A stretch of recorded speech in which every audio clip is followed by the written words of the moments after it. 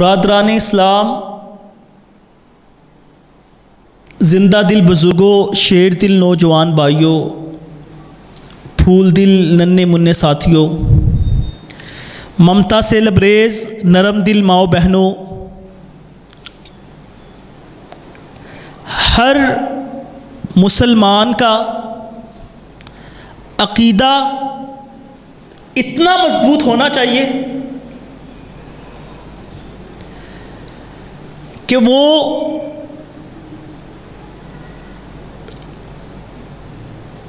اللہ تعالیٰ پہ اس طرح توکل کرے، اس طرح اپنے رب پہ ایمان لے کے آئے کہ نفع نقصان کا مالک کون ہے؟ اللہ رب العزت کی ذات ہے۔ کوئی بھی پریشانی آ جائے، کوئی بھی مصیبت آ جائے، کوئی بھی آزمائش آ جائے، کوئی بھی بیماری آ جائے، کوئی بھی معاملات کے اندر کوئی رکاوٹ آ جائے، تو اس کا عقیدہ اتنا پختہ کامل یقین ہونا چاہیے کہ اسے پتہ ہو کہ نفع نقصان کا مالک کون ہے؟ ایک اکیلا اللہ تعالیٰ، للہ الواحد القہار۔ مالک کون؟ صرف اللہ تعالیٰ کی ذات، وہی نفع نقصان کی مالک ہے۔ اس کی وجہ کیا ہے؟ میں قرآن مجید سے اس کی دلیل پیش کرتا ہوں سورۃ الاعراف سے۔ سورۃ الاعراف کی 188ویں آیت ہے جو 9ویں پارے کے اندر موجود ہے، اور قرآن مجید کی 7ویں صورت ہے، 7 نمبر والی صورت، اور 188 اس کی ورس کا نمبر ہے، آیت کا نمبر ہے۔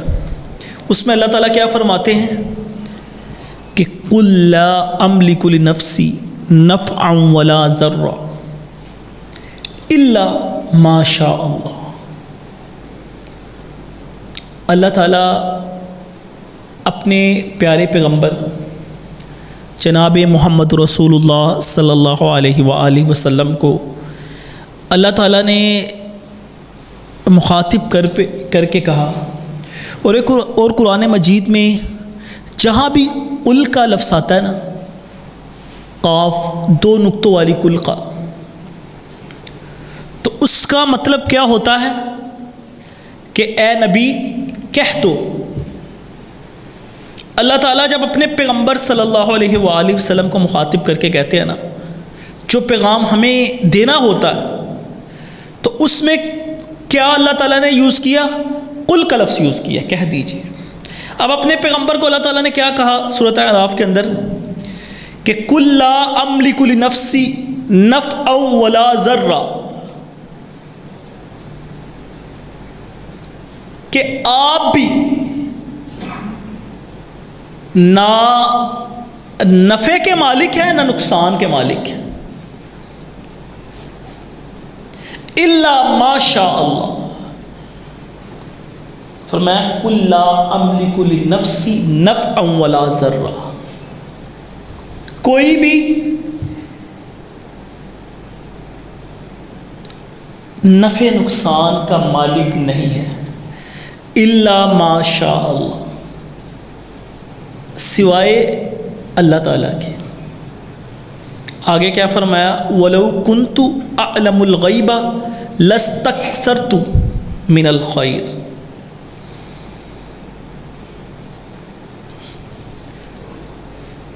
اگر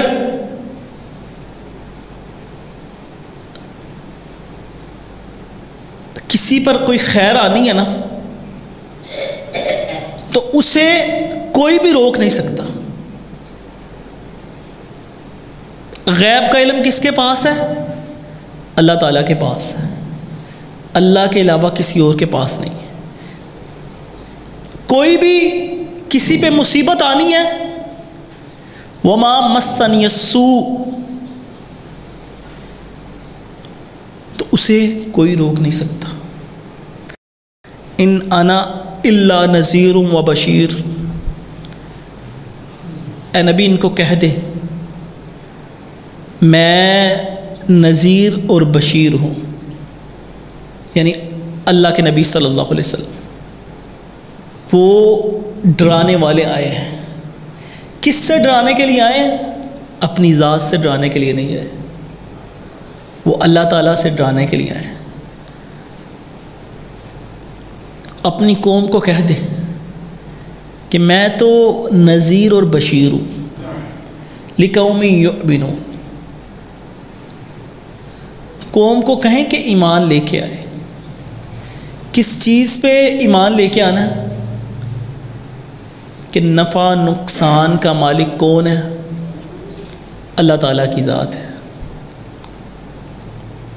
اللہ تعالیٰ کی ذات کے سوا کوئی نہیں ہے جو انسان کو نفع اور نقصان پہنچا سکے۔ اگر ہم پہ کوئی آزمائش آ جاتی ہے، کوئی پریشانی آ جاتی ہے، کوئی مصیبت آ جاتی ہے، تو ہمیں جو سوچنا تھا وہ سوچتے نہیں ہیں۔ ہمیں کیا سوچنا چاہیے تھا کہ کوئی بھی مصیبت، پریشانی، آزمائش آئی ہے، بیماری آئی ہے، وعلیکم السلام، اللہ تعالیٰ کی ذات کی طرف سے آئی ہے۔ لیکن ہم نے کیا سوچا؟ کوئی مصیبت آئی، کوئی پریشانی آئی، کوئی آزمائش آئی، کوئی بیماری آئی، کوئی تنگی آئی، تو ہم نے اللہ تعالیٰ کی ذات کو چھوڑ کر کسی اور کی طرف رجوع کرنا شروع کر دیا۔ اگر انسان پہ کوئی مشکل آئی، بجائے ہمیں اللہ تعالیٰ کے آگے 2 رکعت پڑھ کے دعا مانگنے کی بجائے ہم نے اپنے رخوں کو چینج کر لیا، آلریڈی پہلے ہی غیر اللہ اپنے دربار بنا کے بیٹھے ہوئے ہیں، اپنے معبد خانے، اپنے فراڈ کے اڈے لگا کے آلریڈی وہ بیٹھے ہوئے ہیں۔ کون سا یہ مشکل کشا؟ یہ مشکل کشا ہے جو بیماریوں سے دور کرتے ہیں۔ آگے جائیں تھوڑا سا، بورڈ لگا ملے گا، یہاں سے کیا ہے؟ اولادیں ملتی ہیں۔ آگے تھوڑا جائے تو بورڈ لگا ملے گا، یہاں سے کیا ہے؟ بیماریاں دور ہوتی ہیں۔ تھوڑا آگے جائیں تو وہاں کیا لکھا ہوگا؟ یہاں سے آپ کو رزق ملے گا۔ اور تھوڑا آگے جائیں، یہاں سے کیا ملے گا؟ یہاں سے آپ کے ہاتھوں کو دیکھا جائے گا، اور آپ کے ہاتھوں کی لکیریں دیکھ کے بتایا جائے گا کہ آپ کے مقدر کے اندر، آپ کے نصیب کے اندر کیا لکھا ہوا ہے۔ آگے جائیں تو آگے کیا لکھا ہوگا؟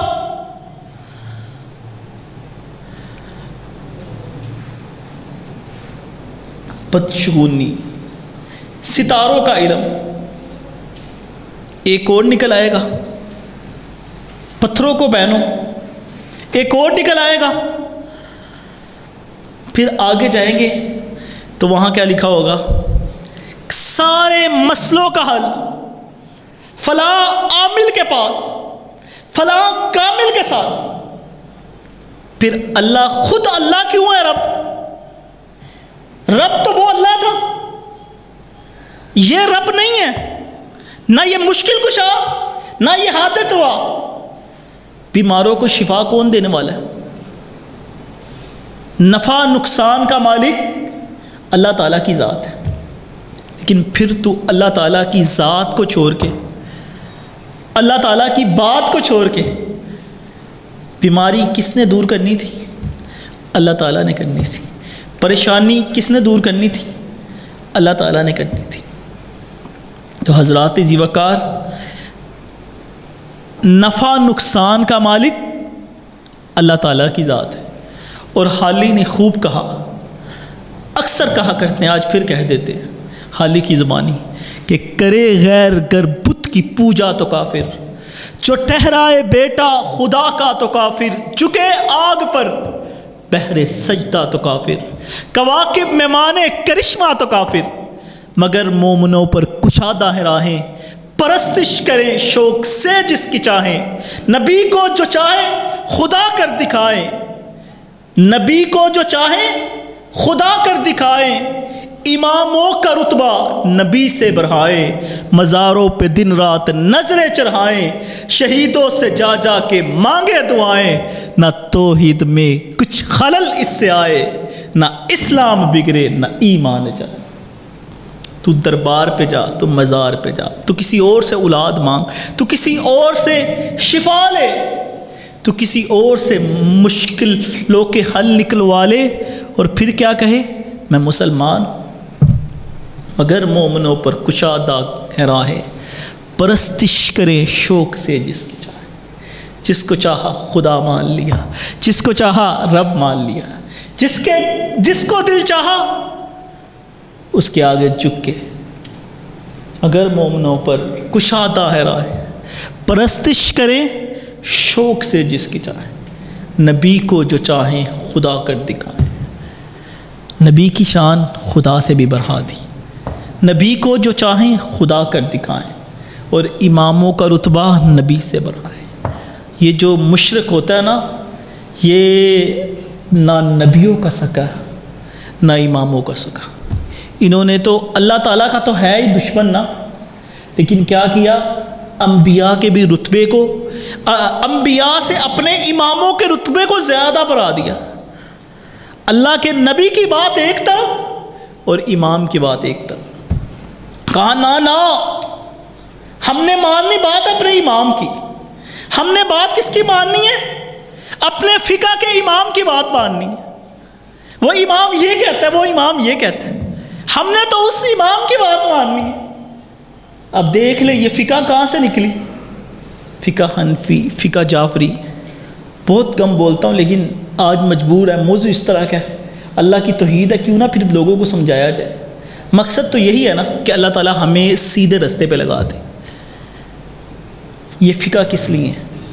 اب ایک طرف فقہ آتی ہے محمدیہ اور ایک طرف فقہ حنفی آ گئی۔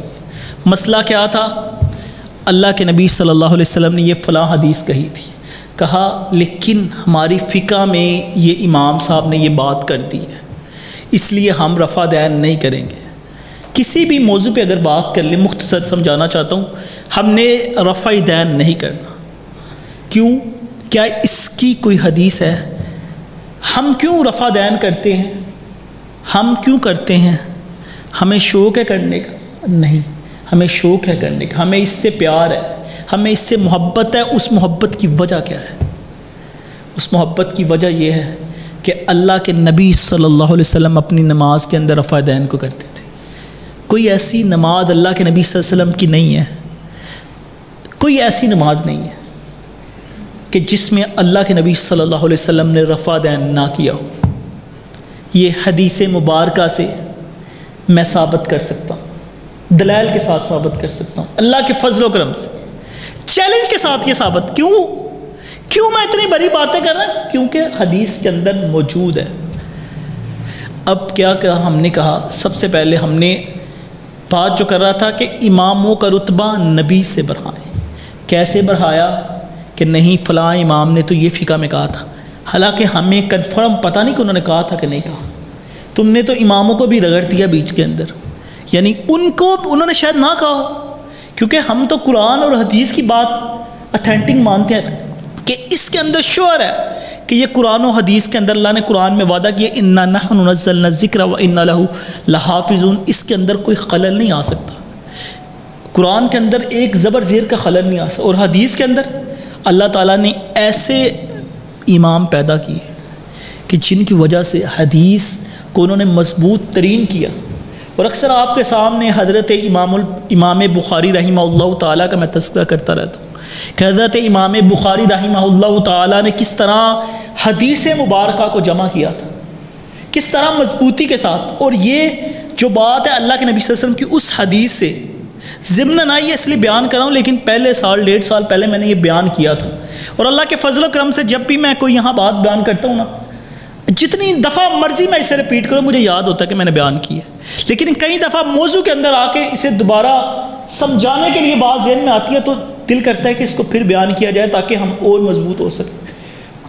اللہ کے نبی صلی اللہ علیہ وسلم نے سلمان فارسی پاس بیٹھے ہوئے ہیں، کسی نے سوال کیا اللہ کے نبی صلی اللہ علیہ وسلم سے کہ اللہ کے نبی صلی اللہ علیہ وسلم سے پوچھا کیا کوئی ایسے لوگ بھی ہیں یا ہوں گے کہ جو علم کی تلاش میں اگر ان کو ستاروں پر جانا پڑا تو وہ چلے جائیں گے؟ تو اللہ کے نبی صلی اللہ علیہ وسلم نے سلمان فارسی کی، جو فارس کے رہنے والا سلمان تھا، اس کی ران پہ ہاتھ مار کے کہا یہ وہ لوگ ہوں گے۔ پھر اللہ تعالیٰ نے اسی فارس کے اندر حضرت امام بخاری رحمہ اللہ تعالیٰ کو پیدا کی، جنہوں نے اللہ کے نبی صلی اللہ علیہ وسلم کی حدیث کے لیے بڑی محنت کی، سفر کیے، اتنے سفر کیے، لیکن جب پہنچے مہینوں کے سفروں کے بعد تو وہاں دیکھا ایک بندہ اپنے جانوروں کو دھوکہ دے رہا ہے، ایسے اس کو کھانے کے لیے بلاتا ہے اور دیتا نہیں ہے دانہ اسے، وہ واپس سے اس سے ملے بھی نہیں۔ کسی نے کہا تھا اس بندے کے پاس حدیث ہے، اس نے کہا جو اپنے جانور کے ساتھ دھوکہ کر سکتا ہے وہ میرے ساتھ بھی دھوکہ کر سکتا ہے۔ واپس چلے گئے، حدیث کے لیے جب نکلے، ماں نے جیب کے اندر کچھ اشرفیاں تھیں، اشرفیہ پاس تھی، ساتھ والے نے ان کے پاس اشرفیہ دیکھ لی اور شور ڈال دیا کہ میری چیز گم ہو گئی ہے۔ انہوں نے اسی وقت اپنی اشریاں دریا میں بہا دی، بعد میں تلاشی لی، کچھ نہیں نکلا۔ جب سفر ختم ہوا تو اس شخص نے پوچھا امام بخاری سے کہ امام صاحب، حضرت صاحب جو بھی تھے، اس کو نام کا پتہ تھا یا نہیں پتہ تھا، پوچھا امام صاحب ہمیں یہ بتائیں کہ میں نے آپ کے پاس وہ اشرفیہ دیکھی تھی، وہ بات کی بات ہے آپ کے پاس نہیں نکلی۔ چور نے کہا تو وہ کہاں گئی؟ کہا جب تم نے یہ بات کی تھی نا کشتی میں نے اسی وقت اس کو پانی کے اندر بہا دیا تھا کہ اگر میرے پاس سے اشرفیہ نکل آتی ہے تو میں سچا تھا، تو نے تو جھوٹ بولا تھا، لیکن لوگ کیا کہیں گے کہ اسلام اور دین کا جو حدیث کو اکٹھی کرنے والا ہے اس کے اوپر اگر کوئی بلیم لگا دے، کوئی الزام لگا دے، تو وہ میں نہیں چاہتا کہ میری وجہ سے اللہ کے نبی صلی اللہ علیہ وسلم کی حدیث پہ کوئی پہنچے۔ یہ وہ لوگ تھے، اللہ تعالیٰ نے اس ذریعے سے اپنے نبی کی حدیث کو مضبوط ترین کیا، اس لیے حدیث کی بات کو سن کے کبھی بھی کسی اور کے قول کے ساتھ نہ جوڑیں۔ قول کی حدیث کے مقابلے میں ہماری آپ کی بات کی بڑی اہمیت ہے، بزرگوں کی، نیک لوگوں کی باتوں کی بڑی اہمیت ہے، لیکن حدیث کے مقابلے میں کسی کی کوئی اہمیت نہیں۔ اللہ کے قرآن اور حدیث کے مقابلے میں کسی امام کی، کسی اولیاء اللہ کی کوئی اہمیت نہیں حدیث کے مقابلے میں۔ اور اللہ تعالیٰ نے حدیث کو اتنا مضبوط کیا، پھر تم حدیث کو اس کے ساتھ جوڑتے ہو رفع دین کے ساتھ کہ جی ایک حدیث ہے، فلاں امام نے فلاں فقہ میں یہ لکھا ہوا ہے۔ پھر کئی لوگوں نے تو یہ بھی کہہ دیا، اب مسئلہ بتا ہی دیتا ہوں، کہ اللہ کے نبی صلی اللہ علیہ وسلم کی ایک اور حدیث ہے، حالانکہ آلریڈی حدیثیں موجود ہیں، اس کے باوجود کہا کہ اللہ کے نبی صلی اللہ علیہ وسلم کی ایک اور حدیث ہے کہ وہ کہتے ہیں کہ گوروں کی طرح دم کو نہ ہلائیں۔ مسئلہ کچھ اور بیان کرنا تھا لیکن اب آ گیا، میں پورا بیان کر دوں۔ گوروں کی طرح دم نہیں ہلانی، حالانکہ اس حدیث کو پڑھا نہیں، سمجھے نہیں، اس سے مراد کیا تھی؟ صحابہ کو رفع دین اتنا پسند آئے۔ سب سے پہلے آپ بتائیں کہ گورا دم کس طرح ہلاتا ہے؟ آپ ماشاءاللہ دیکھتے ہوں گے، ہم بھی جب چھوٹے تھے تب ہم اس پہ ٹانگے پہ جاتے تھے اسکول پر، وہ ایسے ہلاتا ہے دم کہ ایسے ہلاتا ہے؟ بتائیں، اس طرح گورا دم ہلاتا ہے، اس طرح نہیں ہلاتا۔ نماز کس طرح پڑھتے ہیں؟ رفع دین اس طرح کرتے ہیں۔ کس طرح رفع دین کرتے ہیں؟ اس طرح، اور گورا اس طرح دم ہلاتا ہے۔ اس کی وجہ کیا بنی اس حدیث کی؟ ہم نے حدیث کو غلط نہیں کہا، تم نے کہا، نعوذ باللہ معاذ اللہ، ہم کبھی نہیں کہہ سکتے، ہم تو اس کو مسلمان ہی نہیں مانتے کہ جو حدیث کے مقابلے میں کوئی اور بات لے کے آئے۔ صحابہ کو رفع دین اتنا پیارا لگا کہ انہوں نے اسلام جب پھیرتے تھے نا اس وقت بھی رفع دین کرنا شروع کر دی کہ السلام علیکم رحمۃ اللہ، السلام علیکم۔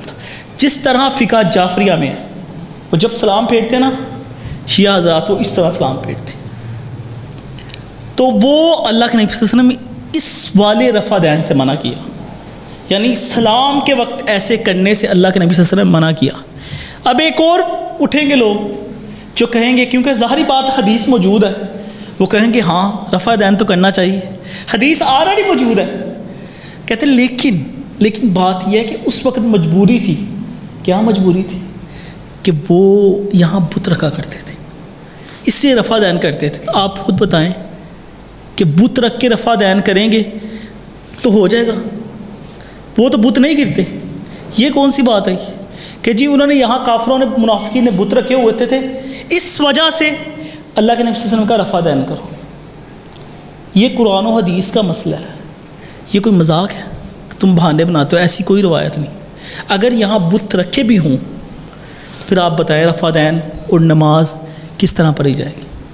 رفع دین سے تو بت نہیں گرتے، اس طرح رفع دین ہوتا ہے کانوں کی لو تک یا کندھوں کے برابر اللہ کے نبی صلی اللہ علیہ وسلم نے فرمایا۔ تو حضرات ذی وقار اللہ کے نبی صلی اللہ علیہ وسلم کی حدیث مبارکہ رفع دین میں ہے، اور جو بڑے علماء کرام ہیں اور فقہوں کے بھی، وہ بھی اس چیز کو مانتے ہیں، لیکن وہ کیا کہتے ہیں کہ نہیں ہمارے امام نے یہ کہا ہے۔ تو یہی بات میں آپ کو بتانا چاہ رہا ہوں کہ کیا لوگوں نے کیا، جو حالی نے کہا تھا 200 سال پہلے، اماموں کا رتبہ نبی سے بڑھائیں، کہ اماموں کا رتبہ نبی سے ایسے بڑھایا کہ نبی کا فرمان ایک طرف اور ہم نے ساتھ کسی اور کے فرمان کو جوڑ دیا۔ اور پھر کیا کہا؟ اماموں کا رتبہ نبی سے بڑھائیں، مزاروں پہ دن رات نظریں چڑھائیں۔ اللہ کے گھر میں نہیں آنا، اللہ کے رستے میں نہیں دینا، نظر مانیں گے، محرم کے نام کی نظر مانیں گے، جمعرات کا واسطہ مانیں گے، فلاں کا واسطہ اللہ تعالیٰ نے تمہارے لیے سارے واسطوں کو، ساری سیریوں کو، سارے ذراعوں کو اللہ نے ختم کر دیا۔ اللہ تعالیٰ یہ نہیں چاہتا کہ تم کسی کے واسطے ڈال کے میرے پاس آؤ، اللہ کہتا ہے تم مجھ سے ڈائریکٹ بات کر، اگر میں نہ سنوں تو پھر کہنا۔ نہ سننے کا تو کوئی جواز ہی نہیں ہے کہ کسی نے اپنے رب سے مانگا تو اللہ تعالیٰ نے اس کو نہ دیا ہو۔ تو حضرات کیا کیا مسلمانوں نے؟ مزاروں پہ دن رات نظریں چڑھائیں، شہیدوں سے جا کے مانگے دعائیں۔ اللہ سے نہیں مانگنی، مسجد میں نہیں آنا، ہاتھ نہیں اٹھانے اللہ سے کہ اللہ تعالیٰ ہمیں فلاں چاہیے ہماری فلاں مشکل کو دور کر دے، کہ نہ ہم نے کیا کرنا ہے؟ شہیدوں سے جا کے مانگے دعائیں، جا کے کسی کی قبر پہ جا کے وہ تو شہداء ہیں، اللہ تعالیٰ ان پہ اپنی کروڑوں رحمت نازل کرے ان کی قبروں پہ، لیکن شہداء تمہاری دعاؤں کو نہیں سنا کرتے، وہ زندہ ہیں کدھر ہیں؟ ادھر تو نہیں، وہ تو اللہ تعالیٰ نے کہا وہ ما یشعرون، کہ جس کا تمہیں شعور نہیں ہے، جہاں وہ زندہ ہے۔ اور حدیث سے پتہ چلا کہ وہ بخاری کی حدیث سے کہ اللہ تعالیٰ کہتا ہے شہیدوں کی روحوں کو میں جنت کے پرندوں کے اندر ڈال دیتا ہوں، وہ وہاں زندہ روحیں جنتوں کی نعمتوں کو کھا رہی ہیں اور ان کو تمہاری خبر ہی نہیں۔ اگر جنت میں جا کے بھی انہوں نے تمہاری ٹینشن لینی ہے، ان کو تم وہاں رہنے دو، تمہیں اپنی بری ہے، اللہ تعالیٰ نہیں بوجھ ڈالتا۔ اب وہ دنیا سے چلے گئے، اب ان کو کوئی پتہ نہیں دنیا کا کیا معاملات ہے، ہم پھر ان کو دنیا کی طرف لگا رہے ہیں، انہیں کوئی خبر نہیں آپ کی، جو مرضیاں کرو۔ بلکہ نیک لوگوں کو تو اللہ یہ بھی کہتا ہے، نیک والدین کو جب چاہتے ہیں اللہ تعالیٰ کے فرشتے آ کے کہتے ہیں وہ اب شروع بالجنہ، جنت کی بشارت دیتے ہیں اور کہتے ہیں کہ پیچھے اللہ تعالیٰ تمہاری اولادوں کی حفاظت کرنے والا ہے۔ یہ قرآن مجید کی آیت ہے۔ تو حضرات ذی وقار ان کو کوئی خبر نہیں ہے، اور یہ دعائیں کسی کے لیے کرنا، اولیاء اللہ کے لیے کرنا دعائیں یہ جائز ہے، لیکن ان سے دعا مانگنا جائز نہیں ہے۔ ان کو خبر اپنی نہیں، ان کو اپنی خبر نہیں۔ اللہ کہتا ہے اللہ تعالیٰ ہے جو تمہاری دعاؤں کو قبول کرنے والا ہے۔ قال ربکم ادعونی استجب لکم، اب حضرات ذی وقار شہیدوں سے جا جا کے مانگے دعائیں، مزاروں پہ دن رات نظریں چڑھائیں، شہیدوں سے جا جا کے مانگے دعائیں، نہ توحید میں کچھ خلل اس سے آئے، پھر وہ پکا مسلمان ہے۔ کیا کرتا ہے؟ مزاروں پہ بھی دن رات نظریں چڑھا رہا ہے، بجائے اللہ کے گھر آنے کی شہیدوں سے بھی جا جا کے کیا کرتا ہے؟ دعائیں مانگ رہا ہے، بجائے اللہ سے دعائیں مانگنے کی۔ اماموں کا رتبہ نبی سے بڑھاتا ہے کہ نبی سے زیادہ ہم نے بات کس کی ماننی ہے؟ اولیاء کی، اماموں کی۔ یا ہم نے حدیث کی طرف نہیں دیکھنا، ہم نے یہ قول مل چکا ہے، ہم اس کے لیے ہی کافی ہیں۔ پھر کیا کہتا ہے؟ پھر کیا ہوتا ہے؟ نہ توحید میں کچھ خلل اس سے آئے، نہ توحید بھی اس کی ٹھیک ہی ٹھیک ہے، نہ اسلام بگڑے نہ ایمان جائے۔ اسلام بھی نہیں اس کا بگڑا، ایمان بھی نہیں گیا، پھر پکا مسلمان ہے۔ نہ توحید میں کچھ خلل اس سے آئے، نہ اسلام بگڑے نہ ایمان جائے، وہ دین جس سے توحید پھیلی جہاں میں، وہ دین تھا جس کے لیے صحابہ کرام نے اپنی جانوں کے نذرانوں کو پیش کیا۔ مسلمان کی عورتوں کو مارا گیا، مسلمان عورتوں کو مارا گیا، شہید کیا گیا۔ سمیہ کا ظلم ایک طرف، خبیب کا ظلم ایک طرف، بلال کو تپتی ریت پہ لٹانا ایک طرف، اللہ کے نبی صلی اللہ علیہ وسلم کو ان کے گھر سے، ان کے شہر سے، جہاں ان کی پیدائش ہوئی، دادے کا شہر، کہ جس شہر میں آپ کے دادا عمر نے، ہاشم نے اس شہر کے اندر لوگوں کو، عرب کے لوگوں کو روٹیاں شوربے کے اندر ڈبو ڈبو کے کھلائی۔ ہاشم کیوں کہا گیا؟ اسی شہر سے آپ کو نکالا جا رہا ہے، کس کی خاطر؟ وہ دین جس سے توحید پھیلی جہاں میں، وہی دین تھا کہ جس کے لیے کیسر و کسرا سے جنگیں کرنی پڑی، وہی دین تھا جس کے لیے فارس میں جنگ کرنی پڑی، وہی دین تھا جس کے لیے یمن کو فتح کرنا پڑا، وہی دین تھا کہ جس کے لیے ساری عمر اللہ کے نبی، صحابہ، تابعی، آگے سے آنے والے لڑتے رہے، جنگیں کرتے رہے۔ اسی دین کو ہم تک پہنچانے کے لیے ہم نے 1 منٹ سے پہلے دین کی دھجیاں اڑا کے رکھ دی۔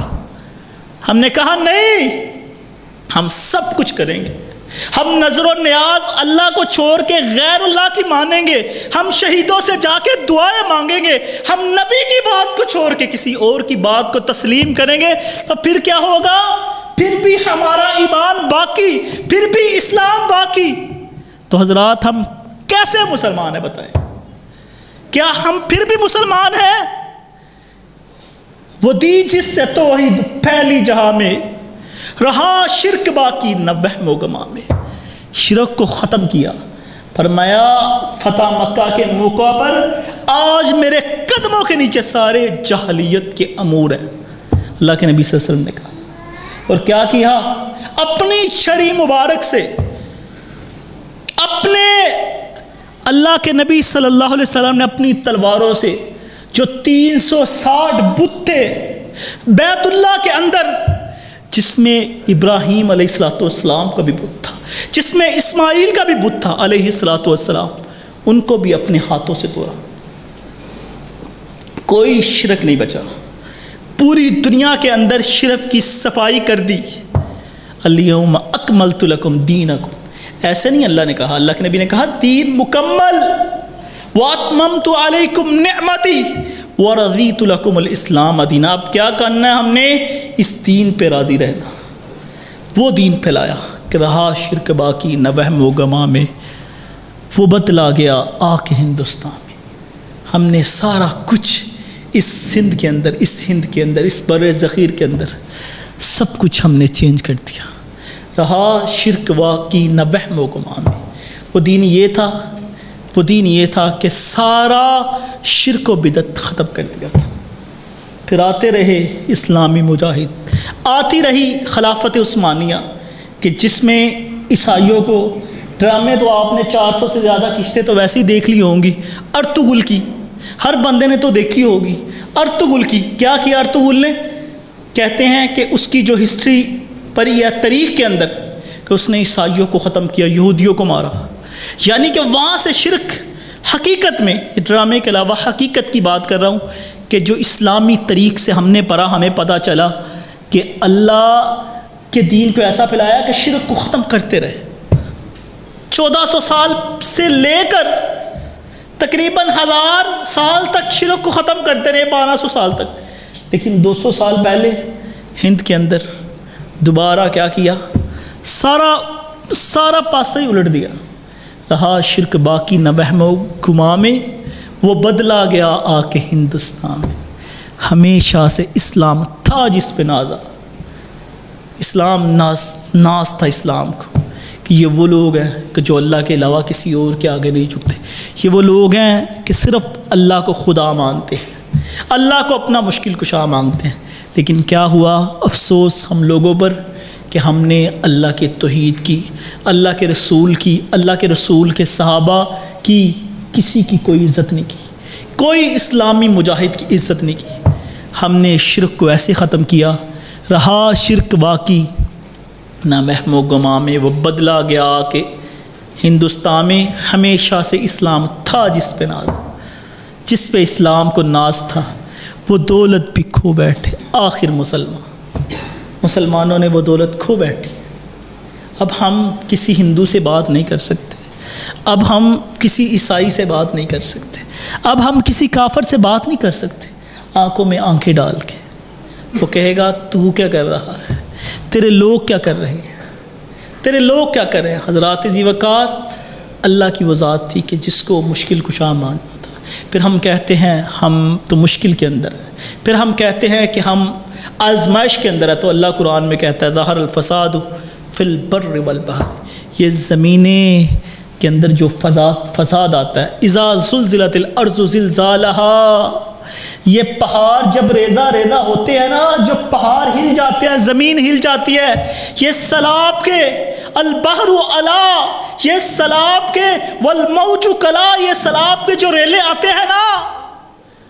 پھر ہم کہتے ہیں اللہ نے ہمیں کیوں غرق کیا، ہمارے شہروں کو تباہ کر دیا، ہماری چھتوں کو گرا دیا. اللہ یہ کیوں کیا؟ اللہ کہتا ہے بما کسبت ایدی الناس. قرآن کہتا ہے یہ تمہارے اپنے اعمال ہیں. قرآن کا ایک اور مقام پڑھو، فما کان اللہ لیظلمہم ولکن کانوا انفسہم یظلمون.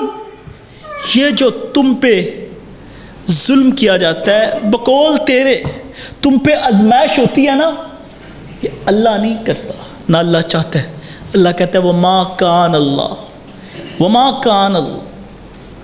فما کان اللہ لیظلمہم ولکن کانوا انفسہم یظلمون. یہ جو بھی کچھ ہوتا ہے یہ تمہارے اپنے اعمال ہیں، یہ تم نے اپنے ساتھ کیے، یہ وہ ہو رہا ہے. پھر دوسرا مقام وما کان اللہ ظلمناہم ولکن کانوا انفسہم یظلمون.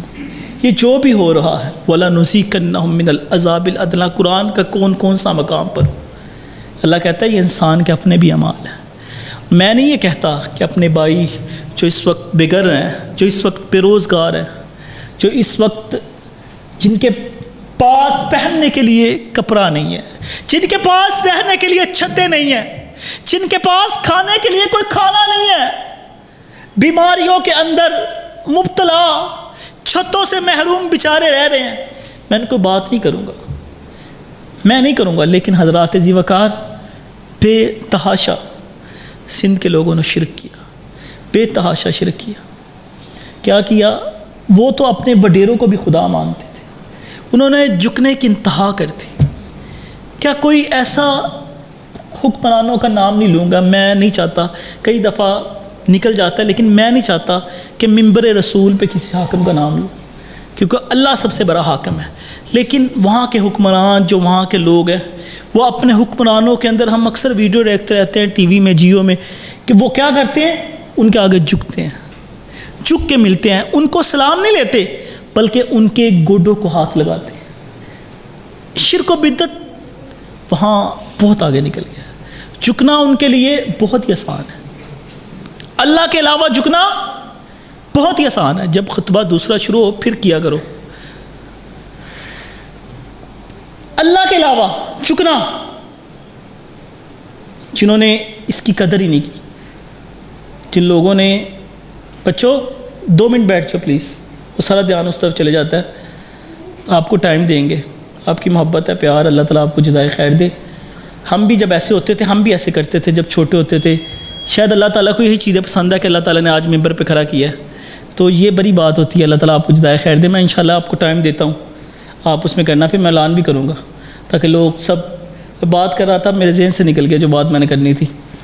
بہرحال مختصر یہ بات کروں گا کہ لوگوں نے وہاں شرک کی بھی انتہا کی تھی، لیکن آزمائش اللہ کی طرف سے ہوتی ہے، اور اس کا مطلب یہ نہیں ہے کہ سارا ملبہ ان غریبوں پہ ڈالا جائے۔ یہ ہمارے وہاں کے لوگوں کا قصور ہے، بلوچستان کے، جنہوں نے ڈیم سے روکا، اور دوسری وجہ ہمارے حاکموں کی کہ وہاں جو مس مینجمنٹ تھی اس کا بھی قصور ہے۔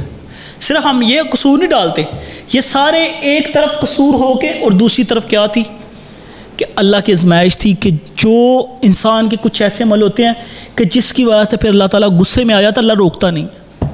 حالانکہ ایک حدیث آتی ہے جس میں اللہ تعالیٰ کہتا ہے کہ اگر آپ کو خوشی ملتی ہے نا، تو جو بندہ خوشی کے وقت بجائے بینڈ باجے کے، بجائے شور شرابے کے، عاجزی اور انکساری کے ساتھ اللہ تعالیٰ کا شکر ادا کرے نا، تو اس کو اس وقت اللہ کام آتا ہے کہ جب اس کو اللہ کی ضرورت ہوتی ہے۔